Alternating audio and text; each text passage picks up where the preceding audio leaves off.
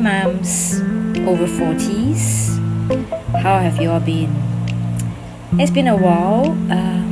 I sustained my knee injury for quite a while, so haven't been squatting for at least a few months. So this video of my squats about 1-2 months ago.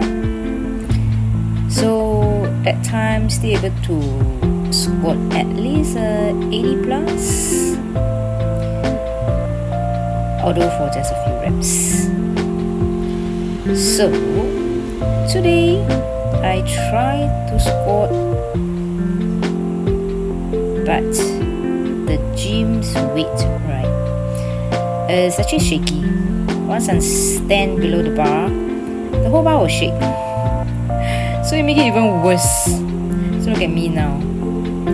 I can't even carry on my second rep of just 80. But it's okay.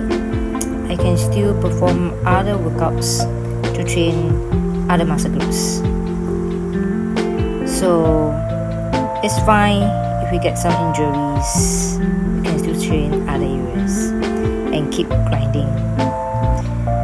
Consistency is key.